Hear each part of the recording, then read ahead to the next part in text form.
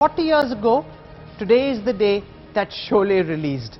And what we're going to do now is play out excerpts from a fascinating conversation with Amitabh Bachchan. Do you know that the climax of Sholay was considered too negative and there was pressure on the filmmakers and the actors to ensure that there is a happy ending, and they almost agreed to it.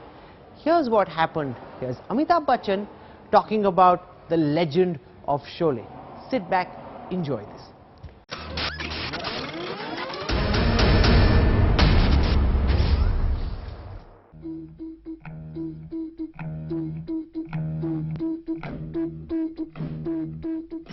Salim साहब और जावेद साहब ने इसकी कहानी लिखी थी। मैं उनके साथ जंजीर में काम कर चुका था और वो हाल ही में रिलीज़ हुई थी। और जब उन्होंने मुझे ये कहानी सुनाई अगली फिल्म के लिए तो मुझे बहुत पसंद आई और उन्होंने जा कर के थोड़ी सी पैरवी की मेरे लिए रमेश जी के सामने। और इस तरह से फिर मेरी फिल्म को उन्होंने दिखाया। रमेश जी शायद इतने वाकिफ़ नहीं थे मेरे काम से और सलीम जावेद साहब ने उनको फिल्म दिखाई और उसके देखने के बाद फिर ये उन्होंने सोचा मैं निर्णय लेता हूँ। बीच में जब मुझे लगा कि शायद इसमें नौकरी मिले ना मिले, मैं धर्म जी के पास भी गया, उनके घर गया। मैंने कहा कि मेरी बड़ी इच्छा है इस फिल्म में काम करने की, अगर आप थोड़ी सी मेरी भी सिफारिश कर देंगे तो अच्छा होगा। तो ये मिलजुल करके इसी तरह काम मिल गया रमेश जी के।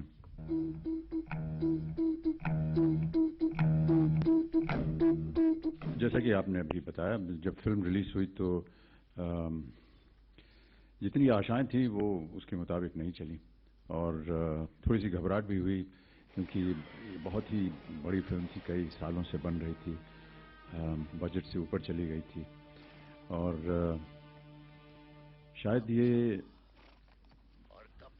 शनिवार को सुबह सलीम साहब, जावेद साहब और रमेश जी और मैं, मेरे घर में ये लोग सब आए, हम लोग बैठे और हमें बताया गया कि ये फिल्म जो है अच्छी नहीं हो रही है, क्या इसमें अभी परिवर्तन कर सकते हैं जिससे कि ये ठीक हो जाए।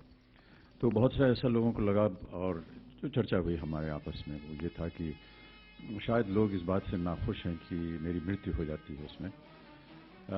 शोले की कहानी में बहुत सारे ऐसे अंश थे जो कि मोहक थे हमारी जितनी भी जनता है। एक जो उसका एक दृष्टिकोण था वो ये कि विडो रिमैरिज, और तो ये लगा कि जहाँ पर एक ऐसा समा बन रहा है जहाँ पर हो सकता है कि एक विधवा का दोबारा जीवन जो है वो संवर जाए, वो भी आपने उसको हटा दिया। जनवरी की उसी वर्ष में दीवार रिलीज हुई थी और उसमें मेरी मृत्यु हो गई थी, तो उन्होंने कहा दोबारा इसको मार के उसको जीवित रखो। और ये तय हुआ कि चलिए इसको जीवित कर देते हैं। तो उन्होंने कहा कि ऐसा करते हैं, आज तो शनिश्चर है, इतवार को संडे को सुबह जा करके वापस रामनगर जाते हैं और इसको रीशूट करते हैं और हमको जीवित करते हैं और सोमवार तक हम ये इसका प्रिंट करवा करके इसको हम थिएटर्स में शाम तक लगवा देंगे और देखते हैं क्या असर होता है। ये तय हो गया। उन्होंने कहा कि बजाय इसके कि जितना इक्विपमेंट वगैरह है सिनेमा का यहाँ से जाए, वो चेन्नई से, मद्रास के पास से मंगवा लिया। उनको शायद आदेश भी दे दिया कि अपना जितना भी सामान है उसको चलाना शुरू कीजिए। और फिर जैसे जैसे हम लोग की ये बातचीत खत्म हुई और गेट तक पहुंचे सब लोग, तो जा रहे थे घर, निर्णय हो चुका था। फिर रमेश जी ने ऐसे ही मुड़ के कहा, यार सोमवार तक देख लेते हैं क्या होता है, और अगर तब भी कुछ गड़बड़ हुआ तो फिर अब नियति है, अब क्या कर सकते हैं उसका। सोमवार को जो हुआ वो फिर अद्भुत हो गया।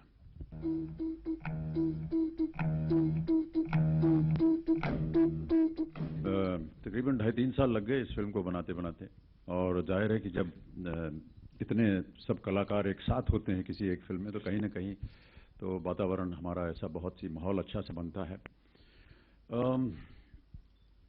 रामगढ़ जो था जहाँ पर ये फिल्म की ज़्यादातर अधिकतर शूटिंग हुई, वो पहले तो बड़ी अजीब सी जगह थी, और जब रमेश जी ने कहा कि हम ये बेंगलोर में शूट करेंगे तो हम सबको लगा कि ये एक डाकू की फिल्म है और बेंगलोर का जो वातावरण है, पहाड़ी है, पत्थर बने हुए हैं, कहाँ ये ऐसा। आमतौर पर जितनी भी तब फिल्में बनी थी वो या तो रेगिस्तान में बनती थी या कहीं राजस्थान के किसी एक खंडहर में जा कर के बनती थी, या मध्य प्रदेश में जो अपने भिंड इलाका है, वहाँ की जो सूखा सूखा इलाका है, उस तरह की एक वातावरण होता था।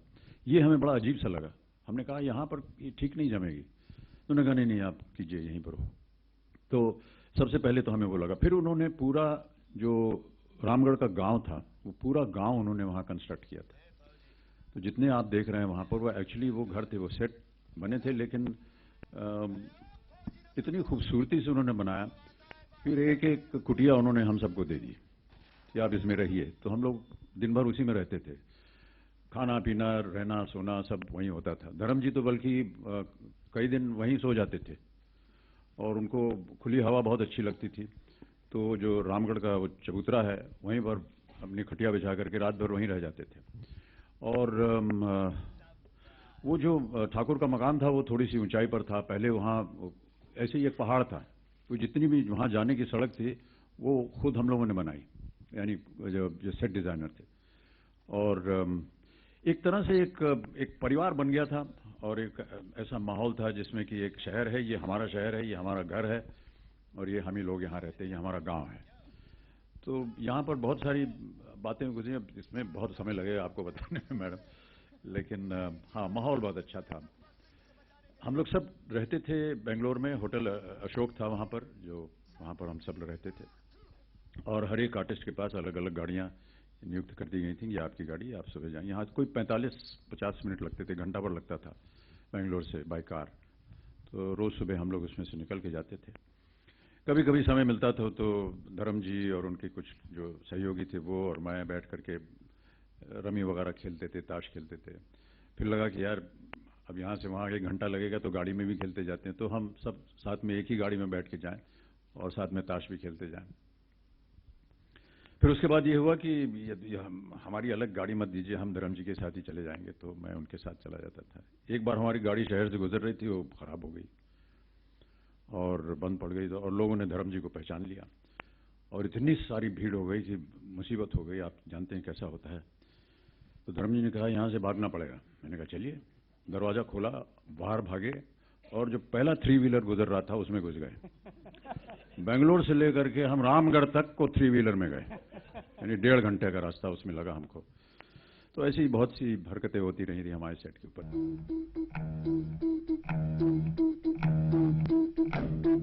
मेरी याददाश्त से प्रीमियर हम लोग पहली दफ़ा 70 mm में दिखाना चाह रहे थे, और उस 70 mm प्रिंट जो है वो कस्टम्स में अटक गया। वो उसी रात को उसको निकलना था, शाम को वो नहीं आ सका, और क्योंकि वो डिले हो गया इसलिए हमें 35 mm प्रिंट दिखाना पड़ा प्रीमियर में। लेकिन हम लोग थोड़े से नाखुश थे उससे, क्योंकि रमेश जी ने, मैंने और शायद धर्म जी ने भी इसका जो 70 mm रूप है वो पहले देख चुके थे हम। क्योंकि मैं लंदन एक व्यक्तिगत विजिट पे गया था, वहाँ पर रमेश जी ने कहा इसकी मिक्सिंग चल रही है, आकर देखिए। तो हम वहाँ गए थे देखने, तो 70 mm बहुत ही अद्भुत लग रहा था। और मुझे याद है कि जब प्रीमियर ख़त्म हुआ तो रमेश जी ने कहा कि भैया प्रिंट रिलीज़ हो गया है, देखना चाहोगे? हाँ चलो चलो। तो रात को कोई 2 बजे के बाद उसी थिएटर में जहाँ प्रीमियर हुआ था, मुझे याद है आज भी, विनोद खन्ना थे, मैं था और रमेश जी, 3-4 लोग, हम लोग ऐसे ही ज़मीन पर बैठ गए और ये 70 mm प्रिंट आया। तब हमने इसको देखा तो सुबह 5 बज गए उसके। तो एक मुझे लगता है कि एक 70 mm जो है वो पहली दफ़े आ रहा था स्क्रीन के ऊपर। हमारी हिंदी फिल्म एक 70 mm स्क्रीन पर आ रही थी। उसका भी एक बहुत ही रोमांचक एक दृष्टिकोण था, जो कि मुझे लगता है कि शायद उस वजह से लोगों को अच्छी लगी हो। लेकिन हाँ, ये बात सही है कि वो इतवार के बाद फिल्म का जो बॉक्स ऑफिस है वो बदल गया।